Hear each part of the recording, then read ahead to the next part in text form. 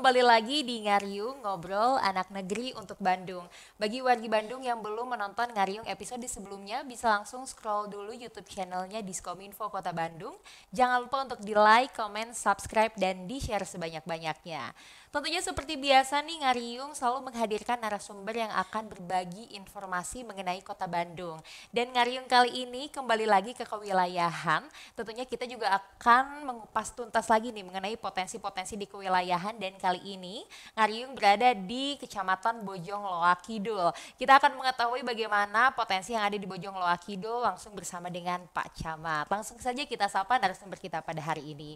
Assalamualaikum warahmatullahi wabarakatuh, Bapak. Waalaikumsalam warahmatullahi wabarakatuh. Apa kabar, Pak? Alhamdulillah, saya Alhamdulillah. Sebelumnya terima kasih Pak udah menyempatkan waktunya untuk Mangga. datang di Ngariung, dan alhamdulillah sekarang kita lagi ada di mini comment center ya Ini Pak ya. Command Center Kecamatan Bojong Loa Kidul. Luar biasa.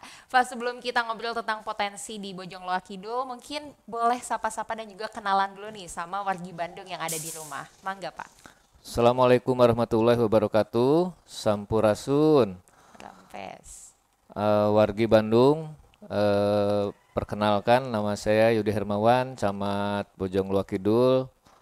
Sekaligus menyapa kepada wargi Bandung dan insya Allah akan menyampaikan beberapa informasi-informasi dan kegiatan-kegiatan yang telah kami dan akan terus kami lakukan dalam rangka pelayanan kepada warga masyarakat.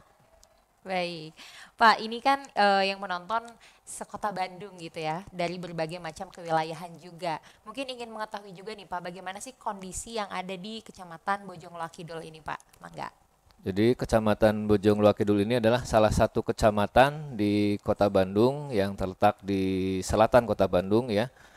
Kami berbatasan dengan sebelah selatan dengan Kabupaten Bandung, sebelah utara dengan Kecamatan Bojong Loa Kaler dan Kecamatan Babakan Ciparai, dan sebelah timurnya dengan Kecamatan Astana Anyar ya. Dan dengan jumlah penduduk kami berdasarkan data kependudukan kami bulan Agustus kemarin, 77.191 jiwa ya, dengan luas wilayah Kecamatan Bojong Loa Kidul ini adalah 590,75 hektar, dengan terdiri dari 21.277 kakak dan tersebar di 6 kelurahan, dan terdapat di dalamnya jumlah RW ya 46 RW ya dan 265 RT. Ya. Dan kami batas wilayah ini tentunya ada beberapa potensi-potensi ya yang beririsan dengan kami. Di antaranya kami di dalamnya ada merupakan kawasan sentra wisata yang terkenal dengan kawasan sentra sepatu Cibaduyut. Nah, itu dia. Nah, yang kedua di sini juga kami ada kawasan atau wisata oleh-oleh ya, oleh-oleh makanan khas Bandung, dan juga kami juga di sini akses kami di kecamatan ini dekat dengan tol ya. Ada tol dengan Pasir Koja, tol Muhammad Toha, tol Kopo ya, dan juga berbatasan dengan kabupaten. Ini merupakan mobilitas yang sangat tinggi ya, karena setiap hari mungkin juga warga kabupaten melintas di Kota Bandung, dan begitu juga warga Kota Bandung melintas ke Kabupaten Bandung dalam bekerja, sekolah dan lain sebagainya. Dan yang paling menariknya, Kecamatan Bojong Loa Kidul ini salah satu kecamatan yang dilintasi 3 proyek strategis nasional sekaligus. Luar biasa nih Pak. Ada terminal Lewi Panjang, terminal tipe A ya, ada kereta cepat KCIC ya, dan ada juga satu lagi dengan flyover yang baru diresmikan oleh Pak Gubernur beberapa waktu yang lalu. Ini merupakan salah satu potensi ya, salah satu potensi untuk warga kami untuk mungkin juga meningkatkan perekonomian, meningkatkan transportasi ya, dan aksesibilitas kegiatan bisa lebih cepat dan sebagainya. Itulah alhamdulillah salah satu kecamatan yang memang dilintasi 3 proyek strategis nasional ini. Oke, ini jadi misalkan wargi Bandung belum kebayang di mana Kecamatan Bojongloa Kidul tadi udah dijelasin sama Pak Camat. Pokoknya mah ikoniknya tuh Cibaduyut ya Pak ya. Cibaduyut, Yang ya, bisa dilihat nih di gambar ini ada ya ikon ada ikon sepatu. Cibaduyut. Kemarin juga baru ditemukan katanya Pak Oh maskot betul, sepatunya mas ya ke Pak ya. sepatunya, iya. Oke. Nah, jadi dengan adanya tadi mobilitas tinggi, aksesibilitas juga tinggi, berarti ini juga merupakan salah satu potensi yang ada di Potensi, Bojongloa Kidul ya Pak ya. alhamdulillah. Karena memang selain masyarakat Kota Bandung, tadi juga katanya masyarakat dari Kabupaten Bandung juga bisa berlalu lalang melalui Betul, sini dan juga melihat potensi-potensi juga di Bojongloa Kidul ya betul. Pak ya.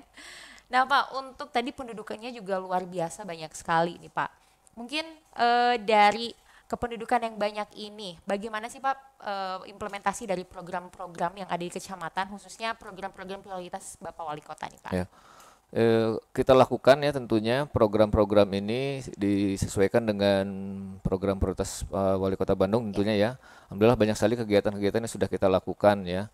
Eh, di antaranya program prioritas itu, di antaranya kegiatan PIPPK, kegiatan buruan SAE, melakukan pembenahan-pembenahan stunting ya, ya, melakukan pembenahan-pembenahan juga dalam kegiatan eh,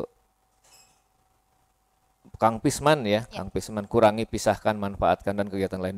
Dan di dalamnya yang tidak kalah pentingnya bagaimana kita melakukan terobosan-terobosan inovasi-inovasi untuk pelayanan. betul. Nah, untuk pelayanan.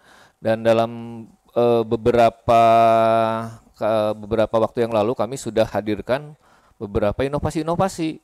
Nah, di antaranya yang pertama itu di PKK itu ada kegiatan ngepah kadu. Jadi singkatan ngepah kadu teh ngelek sampah ka posyandu.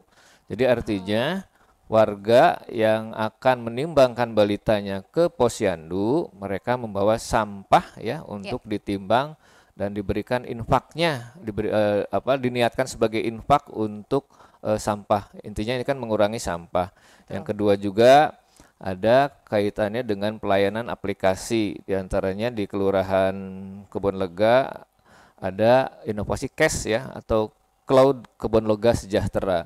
Ini merupakan bank data untuk menyimpan data-data terkait kesejahteraan sosial di kelurahan dan persoalan-persoalan sosial. Jadi warga bisa membuka, disimpan oleh kelurahan, warga juga membuka bisa mengakses.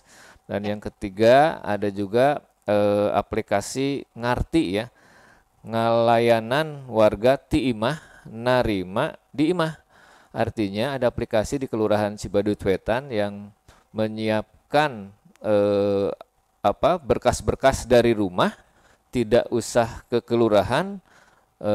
Berkas tersebut diverifikasi oleh petugas kelurahan, kalau lengkap dilanjutkan, kalau tidak dikembalikan, dan kalau sudah beres akan dikembalikan dan akan diantarkan juga oleh petugas kelurahan. betul. Nah, adalah juga aplikasi Sipedo ya, sistem penyimpanan dokumen masyarakat. Ini juga sama di Kelurahan Cibaduyut Wetan. Jadi ini manfaatnya bagaimana menyimpan database warga Ya, untuk para pengurus RT dan RW, tentunya setelah sepersetujuan dari warga tersebut, ya, karena di sana ada data-data ya, betul. data KTP NIK dan sebagainya. Data diimbuh, disimpan oleh RT ya setelah sepersetujuan masyarakat dan dijadikan oleh pengurus RT RW tersebut sebagai database supaya memudahkan dalam pendataan, pembinaan, pemantauan dan pembuatan administrasi kependudukan Ya, ketika melakukan pelayanan-pelayanan. Dan kaitannya dengan stunting ya, yang tadi saya sampaikan ada beberapa program prioritas. eh, kami adakan layanan inovasi LED setting yang disebut atau singkatannya dari layanan cepat siaga cegah stunting. Jadi ini merupakan eh, alat komunikasi, media komunikasi, informasi kepada warga yang memiliki ibu hamil, yang memiliki balita ya. Jadi ada edukasi-edukasi dari puskesmas, dari tenaga kesehatan, dari kelurahan, sekaligus mendata apakah apakah yang bersangkutan itu dari hasil posyandu penimbangan sebulan sekali akan terlihat apakah itu masuk stunting atau tidak. Itulah salah satu layanan kita untuk mengantisipasi dan mencegah sekaligus penanggulangan stunting. Dan yang selanjutnya masih di dalam pelayanan ada kegiatan Sipaku ya. Ini di kecamatan dan di kelurahan juga ada sudah dilaksanakan. Sistem informasi pelayanan administrasi kependudukan dan umum. Ya. Layanan ini hadir ketika pandemi ya diaktifkan oleh kami. Memang ini layanan ini di Kota Bandung sudah ada. Layanan ini kami aktifkan, kami intensifkan ketika masa-masa pandemi. Kenapa masa pandemi? Ketika masa pandemi, warga itu ada di rumah. Ya. Artinya mereka punya kesempatan memperbaiki, menyelesaikan, membuat dokumen-dokumen yang belum jadi atau yang belum punya.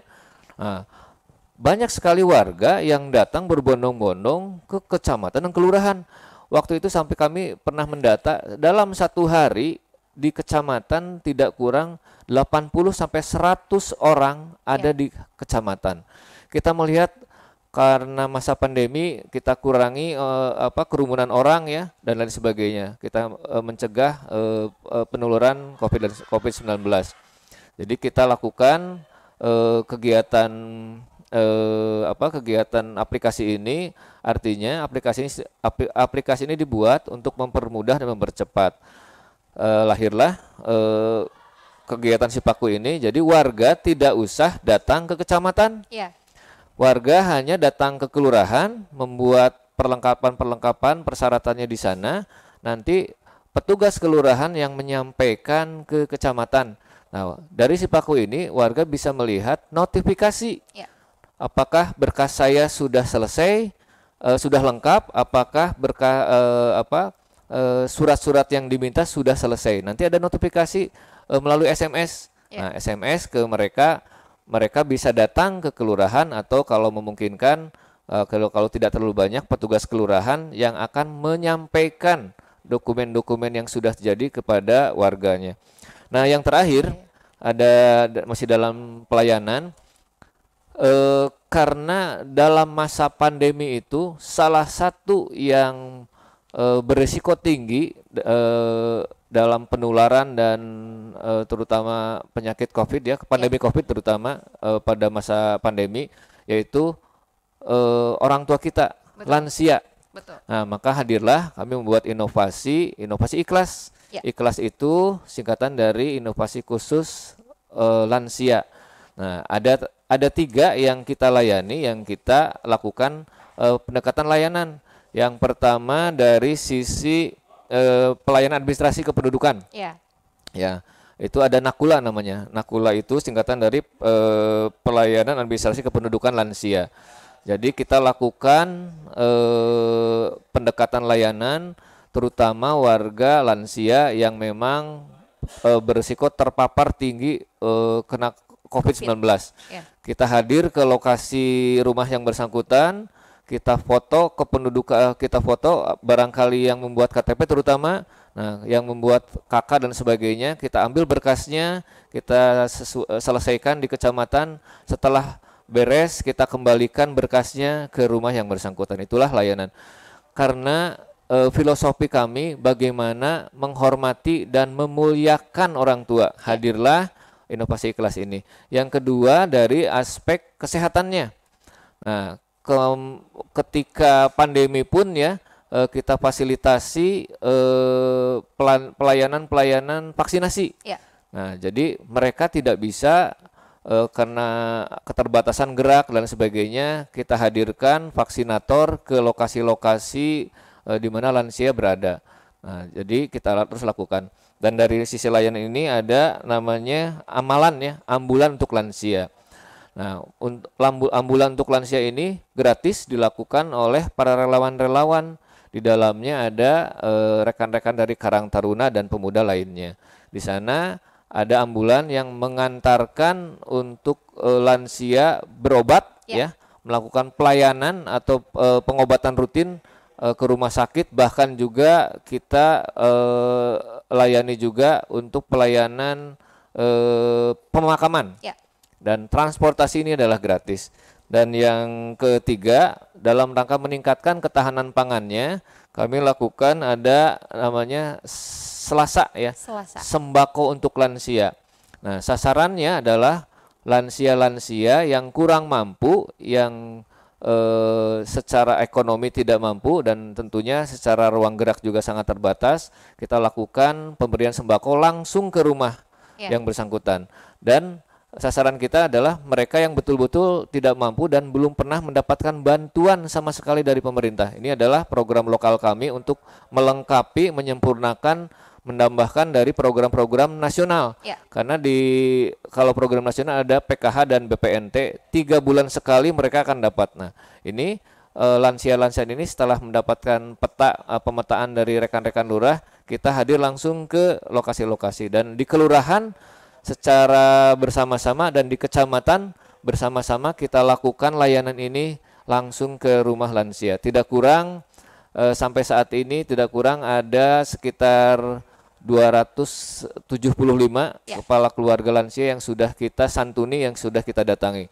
Dan alhamdulillah juga ya, pandemi ini membawakan berkah, diantaranya hikmah-hikmahnya. Yang pertama, warga saling bergotong royong, warga saling membantu, warga saling memberikan memberikan kasih sayang kemanusiaan satu dengan yang lain. Alhamdulillah, kalau kami konversikan selama pandemi ini ada sekitar kalau konversikan secara uang ada sekitar 800 sampai 850 juta lebih yang sudah kita terima kalau kita konversikan dengan uang, berupa bantuan-bantuan, ada sembako, ada vitamin, ada perlengkapan untuk protokol kesehatan dan kegiatan program-program lainnya. Itulah beberapa memang yang telah sedang dan akan terus kita lakukan dalam rangka upaya pemberdayaan masyarakat, dalam upaya kegiatan berkolaborasi.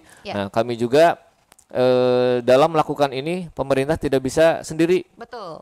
Artinya kami melakukan kerjasama sesuai dengan teori pentahelik. Alhamdulillah kami sudah lakukan kerjasama dengan perguruan tinggi dengan Unibi, dengan STTB sudah kita lakukan, dan dengan komunitas sudah kita lakukan. Ada di dalamnya komunitas-komunitas BMX pemuda dan lembaga kemasyarakatan lainnya sudah kita lakukan.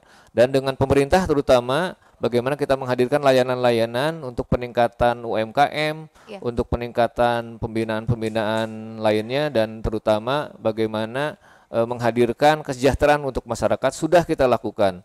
Dan selanjutnya dengan media media kami di sini punya TVRI. Setiap kegiatan kita lakukan juga kolaborasi dengan TVRI dan komunitas-komunitas sosial media lainnya. Tentunya kami mempunyai sosial media, tentunya kita sampaikan informasi-informasi yang sangat berarti yang bermanfaat untuk warga masyarakat. Terus kita lakukan dalam rangka pemberdayaan, dalam rangka peningkatan kesejahteraan warga masyarakat. Oke, ini Bapak luar biasa banget nih menjelaskannya dari awal sampai akhir, detail sekali nih Pak. Berarti memang di Kecamatan Bojongloa Kidul ini juga tidak hanya membuat program-program lokal untuk untuk mendukung program prioritas tadi ya Pak ya, tidak hanya melalui program pelaksanaan saja, tapi memang ini sudah mulai maju teknologinya juga. Tadi mulai dari cash ya Pak ya, terus ada aplikasi Sipedo yang memang memfasilitasi juga kebutuhan-kebutuhan database gitu ya Pak ya. Jadi supaya tidak hilang, karena memang kan rentan hilang ya kalau misalkan kita pakai cara manual. Ini udah ada aplikasi-aplikasi dan inovasi dari Kecamatan Bojongloa Kidul sendiri. Ini Pak yang menjadi menarik tadi kan juga pelaksanaan dari Ikhlas ya, inovasi khusus lansia.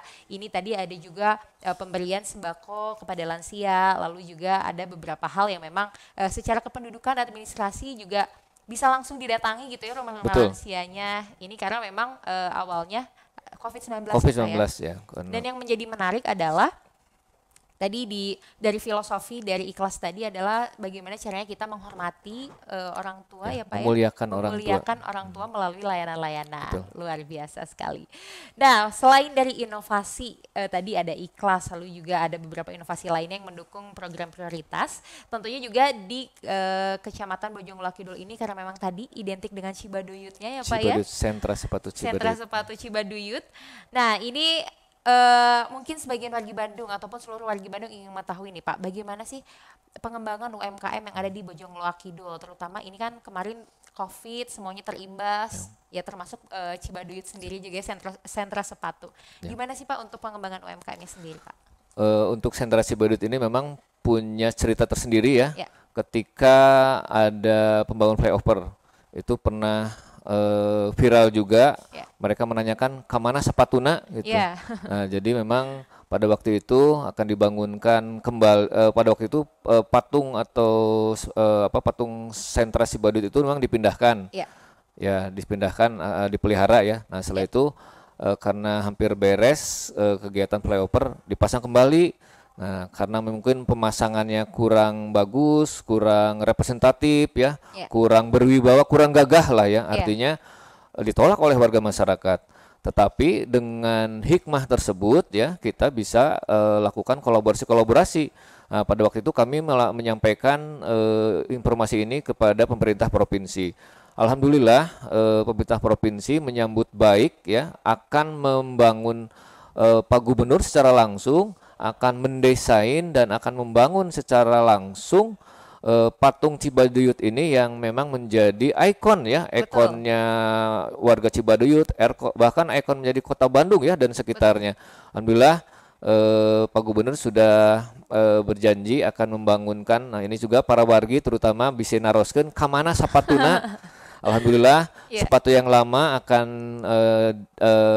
akan diganti dengan desain yang Pak Gubernur buat langsung dan akan dibangun oleh CSR Provinsi Jawa Barat. Inilah salah satu kolaborasi kami ya dengan pemerintah provinsi, karena kita harus lakukan upaya-upaya bagaimana menyelesaikan persoalan, bagaimana juga sekaligus menghias ya, memberikan ikon-ikon baru terhadap adanya proyek flyover. Dan alhamdulillah kami mintakan pada waktu itu kepada proyek flyover ada tulisan selamat datang. Nah, sekaligus mengingatkan kepada warga masyarakat dan sekaligus juga penanda bahwa ini adalah area atau kawasan sentra sepatu Cibaduyut. Ada tulisan di flyover itu selamat datang di kawasan sentra sepatu Cibaduyut, dan sekaligus juga ada selamat jalan ya di dua arah. Ini adalah salah satu kolaborasi kita. Nah, kaitannya dengan peningkatan UMKM ya, tadi sudah saya sampaikan kita sudah melakukan pentahelix ya. Kita sudah bekerja sama dengan Sekolah Tinggi Bisnis Informatika Indonesia atau Unibi, Unibi ya, Universitas Informatika Bisnis Indonesia Unibi, dan Sekolah Tinggi Teknologi Bandung. Dengan Unibi kita lakukan kerjasama perjanjian untuk membuat pelatihan-pelatihan, pelatihan digital marketing, pelatihan foto produk ya dan sebagainya. Sudah kita lakukan. Nah, dengan Sekolah Tinggi Teknologi Bandung kita lakukan pembuatan aplikasi-aplikasi. Nah, diantaranya yang sedang akan dilakukan ada di salah satu kecamatan, di kecamatan kami ada yang akan dibuatkan oleh Unibi. Nah, itu diantaranya bagaimana menghadirkan pelaku-pelaku UMKM supaya naik kelas ya. Dan kita hadirkan juga dari DPM PTSP untuk pembuatan izin berusaha. Nah, jadi kita komprehensif dengan akademisinya, dengan pemerintahnya, dan di dalamnya juga ada rekan-rekan, ada para pengrajin UMKM dari Cibaduyut ya. Nah, yang kami ketahui mereka sudah melakukan digital marketing dengan baik. Artinya ketika pandemi kemarin ada yang sudah bisa survive. Nah, dari statistik ada 3 yang survive itu. Yang pertama dari ketika pandemi ya. Yang pertama dari sisi kesehatan, dari bidang kesehatan, alat-alat kesehatan, obat dan sebagainya itu survive ya. karena bahkan kebutuhan tinggi sekali.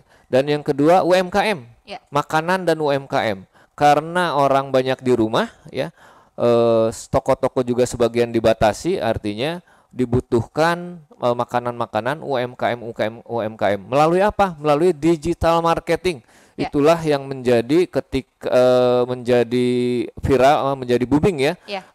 Tingkat ekonomi ini bisa meningkat dengan tiga sisi bidang tadi. Nah, alhamdulillah kita teruskan pengembangan digital marketing ini dengan rekan-rekan pengrajin juga dan UMKM secara umum ya. Nah, beberapa hari yang lalu sudah kita lakukan juga pelatihan-pelatihan dengan dari Unibi dengan STTB terus kita lakukan. Kalau dengan Unibi ini kompetensinya di bidang bisnis ya. Kalau dengan STTB ini kompetensinya di bidang IT. Nah, kita lakukan terobosan-terobosan, kita lakukan pelatihan-pelatihan bagaimana meningkatkan pembinaan, meningkatkan kemampuan, keterampilan dan pengetahuan, terutama memperluas ya digital marketing ini supaya menjadi sesuatu yang biasa. Dan memang ini sudah data statistik memang sudah terlihat bahwa menggunakan digital marketing bisa lebih cepat, lebih mudah, dan bisa lebih meningkatkan omset ekonomi, omset industri, omset pesanan-pesanan. Oke, jadi tadi selain teknologi, terus juga kolaborasi ya Pak ya, memang UMKM di Cibaduyut ini juga sudah dilaksanakan pelatihan ya Pak ya. Pelatihan melalui akademisi dan juga dari pemerintah sendiri ya. Tadi dari DPMPTSP, sehingga ketika pelatihan UMKM sudah naik kelas dan juga mudah mendapatkan perizinannya gitu ya Pak ya. Luar biasa banget. Ini jadi untuk di Kecamatan Bojongloa Kidul ini tidak hanya kolaborasi, lalu juga tadi teknologinya sudah maju, tapi juga ternyata Bojongloa Kidul ini berprestasi luar biasa. Nah, mungkin boleh diceritain nih Pak, kemarin kan meraih juara umum STKH ya Pak ya. Nah, mungkin boleh diceritain nih supaya bisa menjadi inspirasi juga. Jadi tidak hanya kolaborasi dan teknologi saja, tapi juga Bojongloa Kidul ini memperhatikan juga prestasinya. Mangga diceritain Pak. Karena visi Kota Bandung adalah yang bagaimana mewujudkan masyarakat yang nyaman, unggul, sejahtera, dan agamis. Betul. Nah, itulah dari sisi aspek agamis, tentunya menjadi komitmen kami bagaimana kita meningkatkan ya keimanan dan ketakwaan. Salah satunya dengan bisa membaca Al-Quran ya. Betul. Nah, alhamdulillah pada kegiatan-kegiatan kami berkolaborasi di kecamatan itu ada namanya LPTQ, Lembaga Pengembangan Tilawatil Quran, yang diketuai oleh Pak Sekcam. Dan di dalamnya ada tokoh para ulama, tokoh agama, tokoh muslim ya, tokoh agama Islam dan Pak KUA. Dan juga di dalamnya ada pesantren-pesantren, dan kebetulan kami di sini juga ada beberapa pesantren. Nah, kami lakukan pembinaan-pembinaan secara terarah, terpadu, dan secara berkelanjutan. Karena MTQ ini 2 tahun sekali dan STKH itu 2 tahun sekali. Artinya selama itu kita lakukan pembinaan-pembinaan. Nah, kan sampai sekarang dari beberapa tahun yang lalu kan ada gerakan Maghrib Mengaji ya. Nah, dari gerakan Maghrib Mengaji ini kita seleksi, kita lihat, kita petakan anak-anak ini yang berpotensi untuk kita ikutkan dalam lomba MTQ dan STQ.